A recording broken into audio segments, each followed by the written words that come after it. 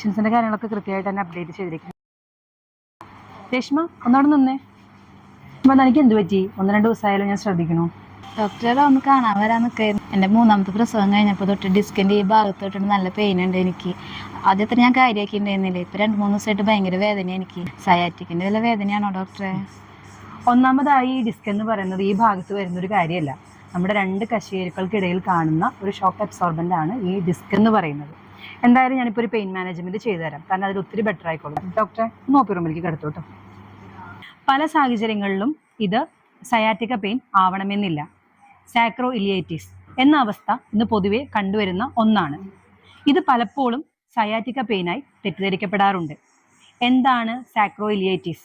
നമ്മുടെ നട്ടലിനും pelvic ബോണും join ചെയ്യുന്ന ഭാഗത്ത് വരുന്ന ഒരു ക്രോണിക് ഇൻഫ്ലമേഷനെയാണ് സാക്രോ ഇലിയേറ്റീസ് എന്ന് പറയുന്നത്. ഇനി ആരിലെല്ലാമാണ് ഇത് കണ്ടുവരുന്നത്?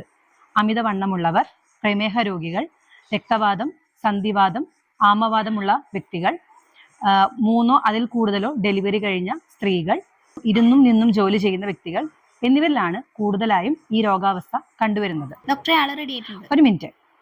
ഇന്ന് 60% ആളുകളിലും പൊതുവെ കണ്ടുവരുന്ന ഒരു അവസ്ഥയാണിത്.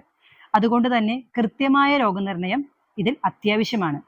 കൃത്യമായ രോഗനിർണയം നടത്തി അതിന് അനുയോജ്യമായ ചികിത്സാ രീതികൾ പാലിച്ചുകൊണ്ട് ഈ രോഗാവസ്ഥയെ മറികടക്കാനായി സാധിക്കുന്നു.